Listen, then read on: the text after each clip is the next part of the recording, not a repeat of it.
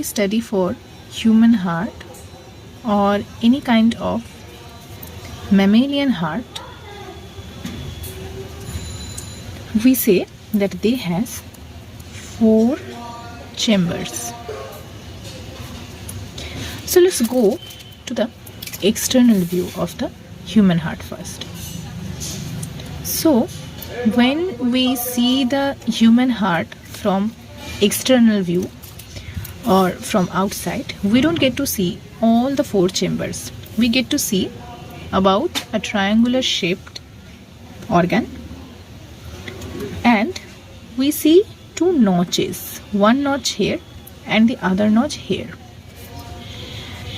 So from this view we get to know that there is distinction between the upper zone and lower zone, and this distinction is the distinction between the upper portion where the atria are placed, or in singular number atrium, and in the bottom side there are the ventricles, and this is the interauricular ventricle septa. Okay, so this is atrioventricular septum, or in short IAV. So we get to see these 3 chambers, and we also see some wide arteries. These wide arteries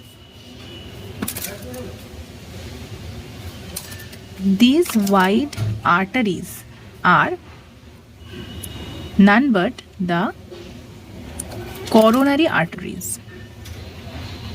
Coronary arteries. What do they do? The coronary arteries are specialized for supplying oxygenated blood to cardiac muscles. That means the human heart supplies oxygenated blood to the whole body, and it also has a mechanism to supply the oxygenated blood to its own muscle, because we know our heart is a muscular organ and the muscles are needed to protect the heart, to generate the action potentials that causes the heart rhythms, the heart beats. So there are arteries to supply oxygenated blood to the heart's muscle, and these arteries are known as coronary arteries. There are coronary veins also, but we don't get to see them from outside. Okay, now let's move on to the internal view, and there is also a layer, that is the protective covering of heart, which is known as the pericardium. Okay, so this is the protective covering of human heart, and the pericardium is also differentiated between 2 layers. We will get to see them in the internal view. Now when we get to see the internal view of the human heart, what we see? Let's draw a rough diagram. So it is actually the internal view, means the longitudinal section view. So when we cut this from the upper side, like this slicing, okay, so what we get to see? We get to see the 4 chambers. So if we draw them roughly,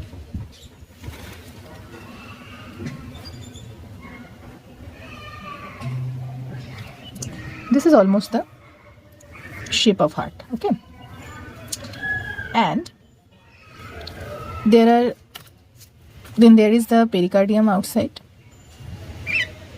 that protects the heart, and as I told you previously that the pericardium has 2 layers, the outer layer and the inner layer. So if we consider this as the outer layer, then there is inner layer of pericardium also, and there is pericardial fluid in between these 2 layers. Okay, and this pericardial fluid has two functions. What are they? Let's write them below. The two functions of the pericardial fluid is, the first is it acts as a lubricant. That means it protects the frictional injury. It protects the heart from frictional injury. When the heart is being constricted and relaxed again and again, then the layers can be injured due to the frictional force. So it protects it from that. Secondly, it acts as shock absorber. So whenever any mechanical injury or mechanical shock is produced on the heart, then this lubricant, the pericardial fluid, absorbs the shocks. Okay. The outer layer of pericardium is known as the parietal layer, and the inner layer is known as the visceral layer. Okay. Pericardium.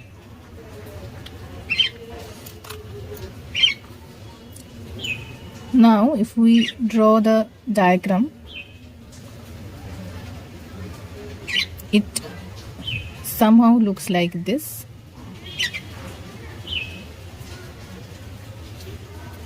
Okay. And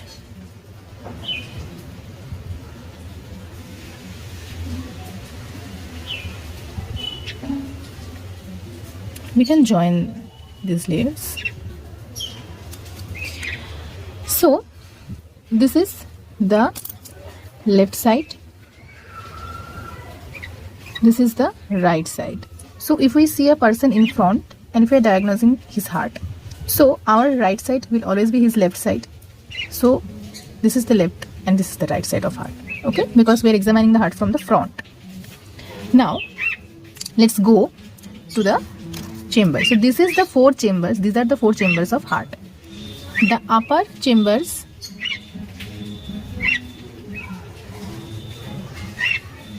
these two chambers are known as the atria, or previously they were known as the auricles. So auricle is the previously used term for the atrium. And the bottom two portions of heart are known as the ventricles. Now we can see this is a septa that differentiates the left side and right side. So in the auricular zone, this septa is known as interatrial septum, and in the bottom zone, that is when it is differentiating the two ventricles, then we call it interventricular septum. Now this portion is the cardiac muscle, or we can say that is the wall of heart. Now we know this cardiac muscle has the looks like that of striated muscles, but it is autonomous in nature. Okay. Now this notch was known as atrioventricular septum, so it is presented here. So this portion is atrioventricular septum, but we won't point it here because we will point what is inside this atrioventricular septum. So there are two holes we can see that allows the blood flow from atrium to the ventricles. Now let's go to the blood vessels that are attached to the human heart, because we know that human circulatory system is closed type of circulatory system. So the heart will pump the blood into blood vessels, and the blood vessels will carry the deoxygenated blood back to heart. So the heart's position is in between the two lungs. So this side there is a lung and this side there is another lung. So in between two lungs, somewhat tilted to the left, the heart is situated in the thoracic cavity of the chest. Now from these two lungs, total 4 pulmonary veins will carry oxygenated blood to the heart, to be specified to the left auricle of the heart. So let's draw the pulmonary veins. These two pulmonary veins comes from the left lungs, and from the back side we get to see 2 more pulmonary veins that carries the oxygenated blood from the right lung. So here is the 2 pulmonary veins opening, and these are the 2 pulmonary veins. So total 4 pulmonary veins are there. What are these? These are pulmonary veins. Pulmonary means they are coming from the lungs, and pulmonary veins carry the oxygenated blood. We know that. So the oxygenated blood is carried from the lungs through the pulmonary veins to the left atrium of the heart. Now, when this left auricle will be constricted, the blood will flow to the left ventricle through this portion where one type of valve is present. Here, the valves are present that controls the blood's unidirectional flow from the auricle to the ventricle. This left auricle and left ventricle separating valve is known as the bicuspid valve. Why is it bicuspid valve? Because when we see this valve from the top view, we get to see it like this. It has two cusps, like two semicircular structures in it. So it is bicuspid valve, and it is also known as the mitral valve. Why is it known as mitral valve? Because it resembles the ceremonial hat worn by the cathedral church bishops. And in the right side, the valves are tricuspid in nature. So they are called tricuspid valves, which regulate the blood flow from the right auricle to the right ventricle. So whenever the atria or the auricles are constricted, then the blood flows from the auricles to the ventricles through these valves, because the valves are then open. We have to remember that the left side of our heart conducts the flow of oxygenated blood, while the right side has the blood flow of deoxygenated condition. Okay, so in the left side oxygenated blood flows, in the right side deoxygenated blood flows. Now in the left atria, pulmonary veins carry the oxygenated blood from the lungs, and in the right atria there are two vena cava. That means they carry the deoxygenated bloods from all the veins of our body to the right atria. So these are the two vena cavas. That means they are the joining of all the veins of our body, which carries the deoxygenated blood to the right auricle or right atria. So let's point them out. So this is superior vena cava, and this is inferior vena cava. These two carries the deoxygenated blood. Talk about another structure that is present in the interauricular septum. There is a scar. This scar is known as fossa ovalis. This is the scar that is left after the closure of a hole. So when we are in our embryonic stage, there is a hole, and the hole is known as foramen ovale. But after or during the birth, the hole is closed and left behind a scar that is known as the fossa ovalis. So the foramen ovale is closed after birth, and the scar of its closure is known as fossa ovalis. Now somewhere you can hear that some childs have holes in their heart. So this is basically the foramen ovale that is not closed in case of them. So we have to operate that then. Okay. Now the oxygenated blood after constriction of the left atria has flowed through the bicuspid valve into the left ventricle.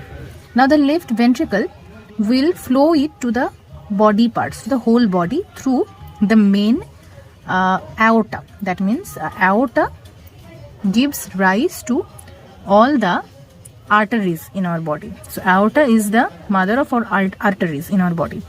So the oxygenated blood will go from this left ventricle through the aorta to the whole body. The aorta goes this way. The aorta goes this way. This is the position of aorta.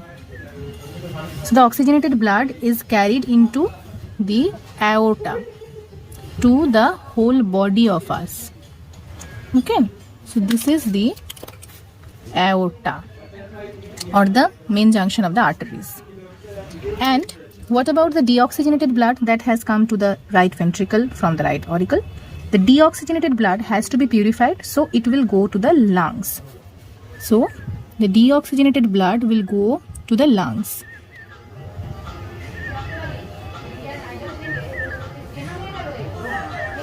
Okay, so this is the pulmonary artery.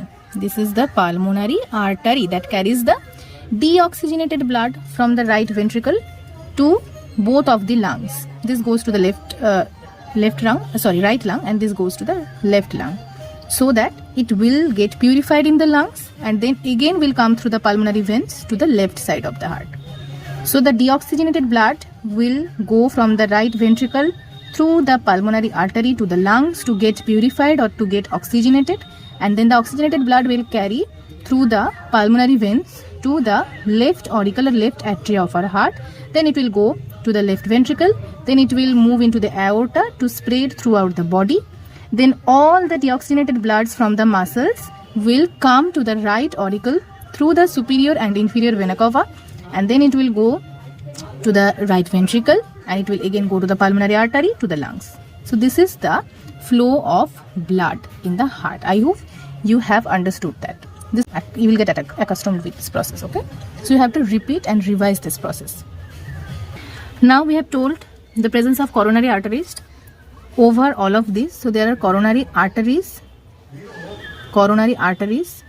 that supply oxygenated blood to the muscle of the heart. That means the cardiac muscle gets blood from coronary arteries.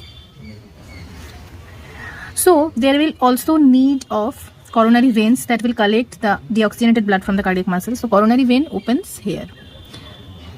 Coronary vein opens here. This is coronary vein.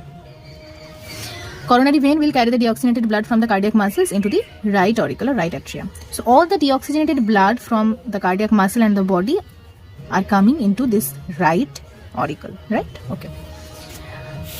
Now we will get to know another valves. So when the auricles are constricted, then the blood is flown into the ventricles. But what if it goes back to the pulmonary veins, to the superior and inferior vena cava, or to the coronary veins? There is a possibility of that. To eliminate the possibility, there are two valves present at the junction of inferior vena cava.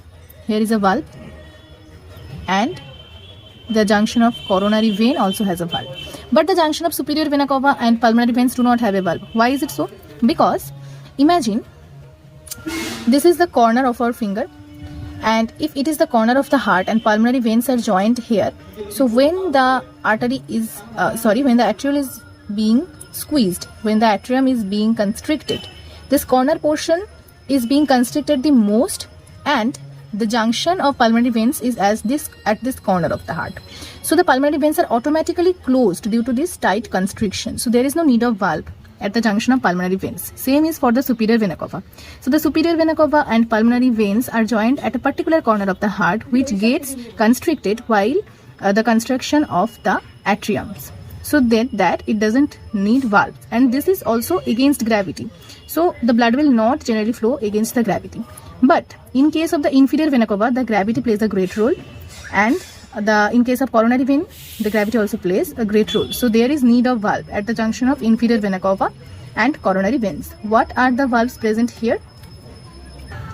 So at the junction of this coronary vein, or we also call it coronary sinus, at this junction the valves are known as Thebesian valves. Thebesian valves. And at the junction of inferior vena cava, the valves are known as Eustachian valve. So the valve present at the junction of inferior vena cava and right atria is known as Eustachian valve, while Thebesian valve is there at the junction of coronary sinus to the right auricle. Okay. Now there are also two valves present at the junction of pulmonary artery.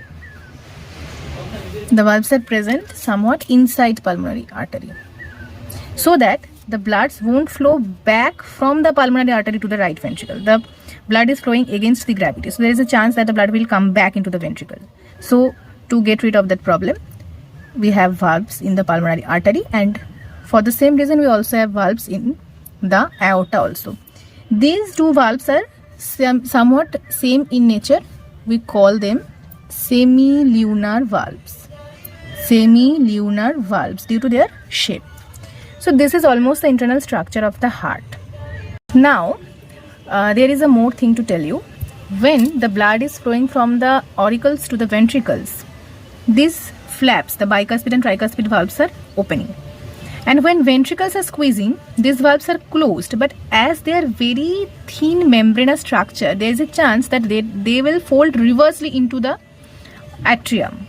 So that there is a chance of blood going back to atria if the valves are open reversely. So to prohibit that, there are some muscular structures that stay strong in between these bicuspid and tricuspid valves and the muscular layer of the heart. So these structures are known as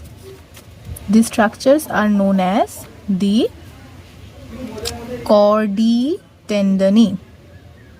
Chordae tendineae. These structures are not like elastic in nature. They are not stretchable, so that they will stay strong and prohibit the valves from opening reverse. Okay, so the valves will open only in this direction or will be closed. They will never open in reverse direction into the atria. So this is all about the internal structure of heart and a summary of how the blood flows inside our human heart.